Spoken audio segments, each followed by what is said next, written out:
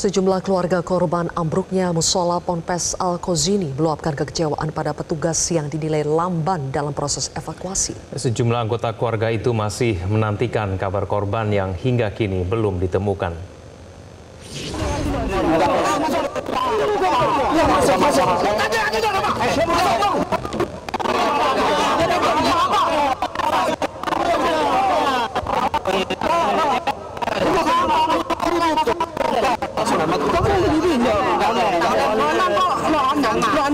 Sejumlah anggota keluarga korban ambruknya musola Ponpes Al-Kozini yang masih belum ditemukan berharap evakuasi korban dilakukan sesegera mungkin. Mengingat hari ini sudah memasuki hari kelima pasca kejadian ambruknya musola Ponpes Al-Kozini Sidoarjo. Di antara keluarga korban yang tidak bisa menahan rasa kecewanya, berupaya untuk memasuki area evakuasi. Meski demikian, tim SAR menyatakan berupaya menenangkan keluarga korban sebab area evakuasi mempertimbangkan kondisi keselamatan dan keamanan semua pihak.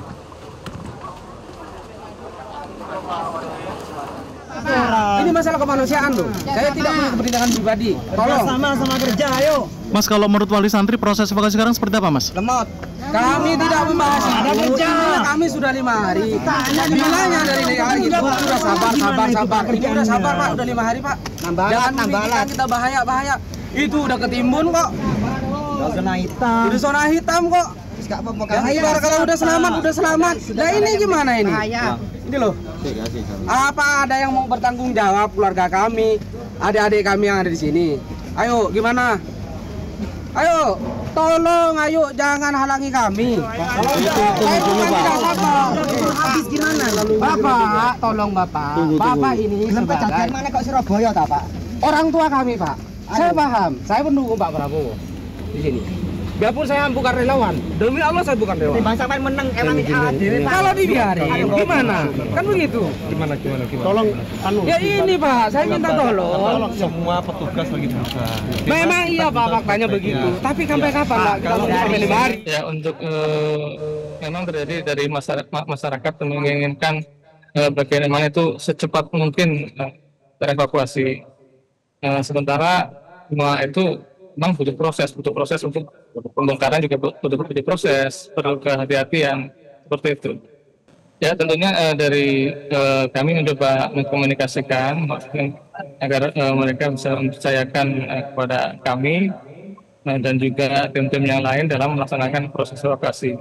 Juga tentunya dari tim keamanan dan juga dari pondok pesantren itu sendiri yang kemudian untuk membantu menenangkan, kemudian bisa bersabar dan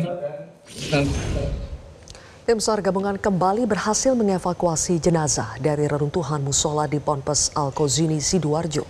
Jenazah dibawa menuju Rumah Sakit Bayangkara, Polda Jawa Timur. Tim SAR gabungan kembali berhasil mengevakuasi korban dari area reruntuhan musola di Ponpes Al-Kozini. Proses evakuasi dilakukan dengan sangat hati-hati, mengingat kondisi bangunan yang tidak stabil. Setelah dievakuasi, jenazah dibawa ke Rumah Sakit Bayangkara Polda Jatim untuk proses identifikasi post-mortem untuk memastikan identitas korban.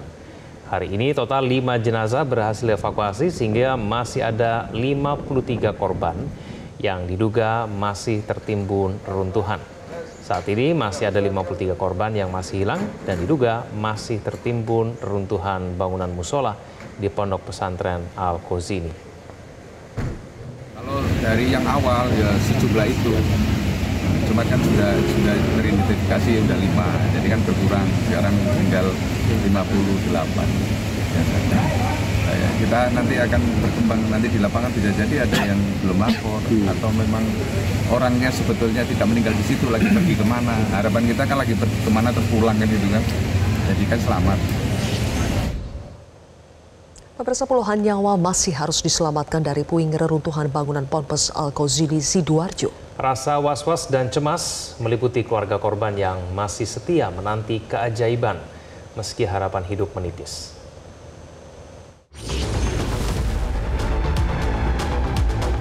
Kamis malam, keluarga korban ambruknya musola Ponpes Al-Kozini Sidoarjo protes karena tidak dilibatkan dalam proses evakuasi. Di malam itu, alat berat sudah dikerahkan ke lokasi. Tim Basarnas pun berupaya menenangkan para keluarga korban sembari menyampaikan soal kondisi dan teknik penyelamatan yang sedang dilakukan. Meski demikian, pada akhirnya perwakilan warga bisa masuk bersama rombongan Kapolresta dan Dandim Sidoarjo. Sementara itu masih banyak keluarga lainnya yang menanti kabar anggota keluarganya yang menjadi korban. Sejak hari pencarian kami belum mendapatkan kabar. Ada berita yang lagi viral itu Haikal, nama Haikal. Kita bangga, seneng. Ternyata bukan, ternyata Haikal itu banyak, yang ada namanya Haikal itu banyak di situ.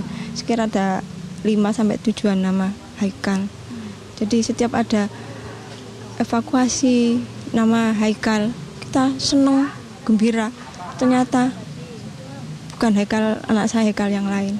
Pertama-tama saya mengucapkan terima kasih sama Basarnas yang bekerja maksimal untuk evakuasi kejadian ini. Dan saya berharap agar evakuasi ini jangan diberhentikan. Kalau bisa ganti shift atau 2 shift. Jadi jangan pakai jeda, segera dilanjutkan. Kami ini berharap segera ditemukan anak saya. Kami sudah 4 hari di sini, menunggu dengan cemas.